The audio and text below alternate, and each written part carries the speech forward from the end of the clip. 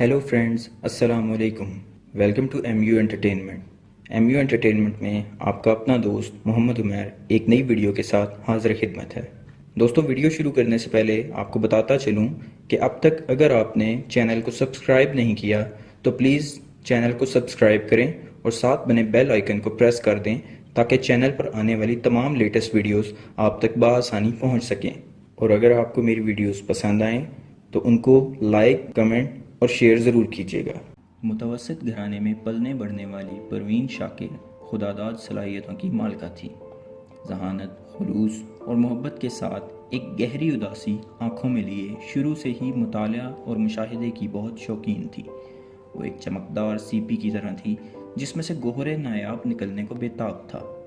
گھر سے بمشکل اجازت ملنے پر وہ انٹر کر کے جیسے ہی یونیورسٹی پہنچی، اس کے جوہر کھلنے لگے۔ بین الکلیاتی مشاعروں اور مقابلوں میں وہ چونکا دینے والی خوبصورت نظمیں پڑھتی اور اپنی بے حد دلکش شخصیت کی وجہ سے اور بھی دل عزیز ہوتی چلی گئی۔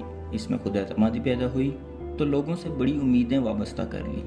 پڑھے لکھے، بظاہر دانش مند نظر آنے والے منافق لوگوں سے اس کا پالا پڑا تو کئی بار اس نے ٹوٹ کر روتے روتے موتی کی لڑی جیسے حسین اشعار بہت تیزی سے لکھے اور خوبصورت ہاتھ پروئے، یہاں تک کہ خوشبو نے اسے نوعمری میں ہی زبردست شہرت کی دہلیز پہ لا کھڑا کیا۔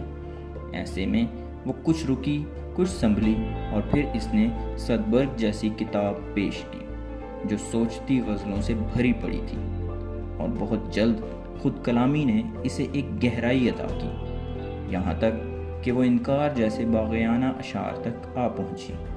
وہی لڑکی جو اپنی تعلیمی دور میں انکسار کا پیکر ہوا کرتی تھی، اپنی نجی زندگی اور دنیا کے نئے نئے چیلنجز کا سامنا کرنے کے لیے اکیلی ڈٹی کھڑی تھی۔ جد و جہد کے ان دنوں میں بھی سی ایس ایس میں کامیابی کے باوجود حکومت وقت کی مزاحمت نے اسے فورن سروس میں یا کسی اہم شعبے میں جانے نہ دیا، لیکن شاید یہ اس کے فن کے لیے اچھا ہوا۔ بقول خود پروین شاکر کے، میں شاعری سے کمٹمنٹ نہ کرتی تو شاید آج ایک بہترین مصورہ ہوتی، اور ایک جگہ تحریر کرتی ہیں کہ میں نے اپنی زندگی پر سوائے اپنے کسی کی بالادستی تسلیم نہیں کی۔ ان کے خطوط کا مطالعہ کیا جائے تو ایک نئی پروین نظر آتی ہے۔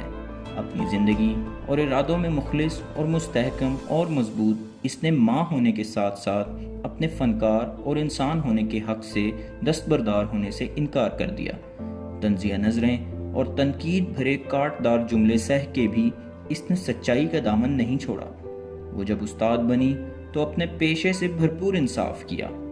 اس نے ہمیشہ انگریزی ادب کے جدید رجحانات سے خود کو باخبر رکھا، اور جب بنے بنائے رسمی تعلیمی ماحول نے اس کو دل برداشتہ کیا تب بھی حرف شکایت زبان پر نہ لائی۔